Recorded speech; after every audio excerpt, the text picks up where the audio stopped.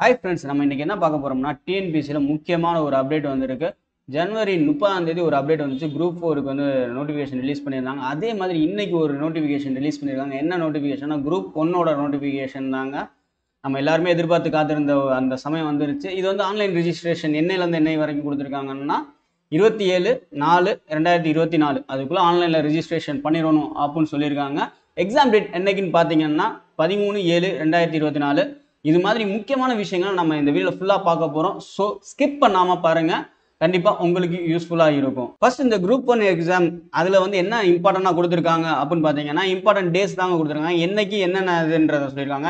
Date of notification first கொடுத்துருக்காங்க. அதாவது இன்னைக்கு 28/3/2024 கொடுத்துருக்காங்க. Date for last submission for application அப்படின்னு கொடுத்துருக்காங்க. அது என்னைக்குன்னு சொன்னால் முன்னாடியே பார்த்த மாதிரி 27/4/2024 கொடுத்துருக்கணும். நைட்டு 12 மணி ஆகிறதுக்குள்ளேயே முடிச்சிடணும் அப்படின்ற மாதிரி சொல்லியிருக்காங்க. அதே மாதிரி கரெக்ஷன் இருக்கும்ல, கரெக்ஷன் விண்டோ அப்ளிகேஷனில் ஏதாவது மிஸ்டேக் பண்ணியிருப்போம், அந்த மாதிரி இதெல்லாம் வந்து என்னைக்குள்ளே கரெக்ஷன் பண்ணணும் அப்படின்னு சொல்லியிருக்காங்கன்னா 2/5/24 அது கரெக்டாக 12 மணிக்கு ஸ்டார்ட் ஆயிரும். அதே மாதிரி 4/5/24 அந்த 12 மணிக்குள்ளே முடிச்சிடணும் அப்படின்றத சொல்லியிருக்காங்க.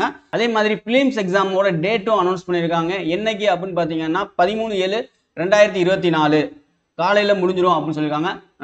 9:30 to 12:30 3 மணி நேரம் எக்ஸாம் நடக்குங்க. அதே மாதிரி மெயின்ஸ் எக்ஸாம்ஸை பார்த்தோம் அப்படின்னா இன்னும் அதோட டேட்டை அனௌன்ஸ் பண்ணலை. ஹவு டு அப்ளைல வந்து one time registration and online அப்ளிகேஷனில் அப்ளை பண்ணுற மாதிரி இருக்குது. அதே மாதிரி கரெக்ஷன் விண்டோவும் எப்படி இது பண்ணணுன்றதெல்லாம் சொல்லியிருக்காங்க. வார்னிங்கும் கொடுத்துருக்காங்க. என்னன்றதை கொஞ்சம் அதுக்கு அடுத்ததில் டீட்டெயிலாக பார்ப்போம். போஸ்ட் அண்ட் வேகன்சி என்னென்ன போஸ்ட்டுக்கு எவ்வளோ வேகன்சி ஃப்ரீயாக இருக்குது அப்படின்றதையும் சொல்லியிருக்காங்க. இது வந்து டென்டேட்டிவாகவும் கொடுத்துருக்காங்க ஒரு சிலது. அது என்னென்னன்றதையும் பார்ப்போம். டெப்டி கலெக்டருக்கு 16 வேகன்சியும், டெப்டி சூப்பரண்ட் ஆஃப் போலீஸுக்கு 23, அசிஸ்டன்ட் கமிஷனருக்கு அதாவது கமர்ஷியல் டேக்ஸ் இது வந்து ஒரு குறிப்பிட்ட பேர் தான் அப்ளை பண்ண முடியும். அதாவது பிகாம் பிஎல் இந்த மாதிரி முடிச்சவங்களுக்கு தான் இதில் ரிஜிஸ்டர் பண்ண முடியும். ஸோ அவங்களுக்கு வந்து இன்னும் கன்ஃபார்மாக சொல்ல 14 கொடுத்துருக்காங்க. மேபி ரைஸ் ஆனாலும் ஆகலாம், இல்லை குறையவும் வாய்ப்பு இருக்குன்ற மாதிரி தான் டென்டேட்டிவாக சொல்லியிருக்காங்க. அதே மாதிரி டெப்டி ரிஜிஸ்டர் ஆஃப் கோஆபரேட்டிவ் சொசைட்டிக்கு 21 வேகன்சி கொடுத்துருக்காங்க. இதுவும் டென்டேட்டிவாக தான் கொடுத்துருக்காங்க.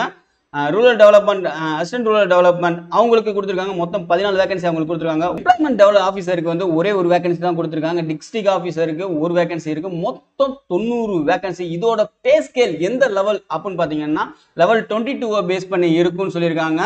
அதே மாதிரி ஏஜ் லிமிட் என்னன்னா 1 ஜூலை 2024 உங்களோட ஏஜ் வந்து 34க்கு மேலே இல்லாமல் இருக்கணும் அப்படின்றத சொல்லியிருக்காங்க. எல்லாத்துக்கும் அதே தான் சொல்லியிருக்காங்க, எக்ஸப்ட் ஒரே ஒரு இதுக்கு மட்டும்.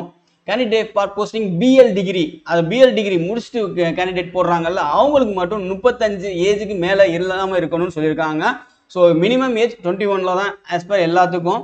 அதே மாதிரி ஏஜ் கன்செஷனும் கொடுத்துருக்காங்க. 39 ஒவ்வொருத்துக்கும் 39, அந்த பிஎல் டிகிரி முடிச்சவங்களுக்கு 40 அப்படின்ற மாதிரி. விடோஸ் இந்த மாதிரி இதுக்கு அந்த யார் இது கொடுத்துருக்காங்கன்னா எம்பிசி, பிசி, பிசிஎம் இந்த மாதிரி எஸ்சி அவங்களுக்கு தான் ஒரு இது கொடுத்துருக்காங்க. அதுக்கடுத்து name of the post for education, ஒவ்வொரு எஜுகேஷன் இதுக்கும் என்னென்ன குவாலிஃபிகேஷன் வேணுன்றதை தெளிவாகவே கொடுத்துருக்காங்க. அது சொன்ன சொன்ன மாதிரி கமர்ஷியல் டேக்ஸ்க்கு அவங்களுக்கு வந்து BCom degree with BL, BCom degree and BL work முடிச்ச மாதிரி இருக்கணும். டுகெதர் டிப்ளமோ டாக்ஸேஷன் கிளாஸ் இந்த மாதிரி படித்தவங்கலாம் கண்டிப்பாக முன்னுரிமை கொடுப்பாங்க.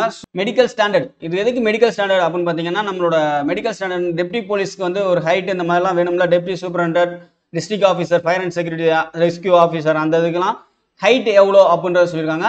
மென் அண்ட் உமனுக்கு தனியாகவே கொடுத்துருக்காங்க. மென்னுக்கு வந்து ஹைட் வந்து 165 சென்டிமீட்டர் கொடுத்துருக்காங்க. அதே மாதிரி உமனுக்கு 155 சென்டிமீட்டர் கொடுத்துருக்காங்க.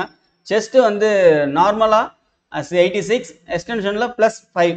ஸோ இதுதான் கொடுத்துருக்காங்க. ஒவ்வொருத்துக்கும் ஏற்ற மாதிரி இது இருக்குது. வெயிட் வந்து நாட் அப்ளிகபிள். அதுதான் டிஸ்ட்ரிக்ட் ஆஃபீஸருக்கு வந்து வெயிட் அப்ளிகபிள் சொல்லியிருக்காங்க, 15 சொல்லி போட்டிருக்காங்க. ஸோ ஒவ்வொருத்துக்கு ஏற்ற மாதிரி ஃபிசிக்கல் சர்டிஃபிகேட்ஸும் நம்ம சப்மிட் பண்ணுற மாதிரி இருக்கும். அதுக்கு மாதிரி ஒவ்வொரு போஸ்ட்டுக்கும் ஒவ்வொரு டிசபிலிட்டி, அதாவது வியூ சொல்லுவாங்கல்ல, லோ விஷன் இந்த மாதிரி எல்லாத்துக்கும் எவ்வளோ இருக்குன்றதை செக் பண்ணுவாங்க. இதுக்கடுத்து நம்ம என்ன பார்க்க போகிறோம் அப்படின்னு பார்த்தீங்கன்னா scheme of examination. Primary exam single paper தான்.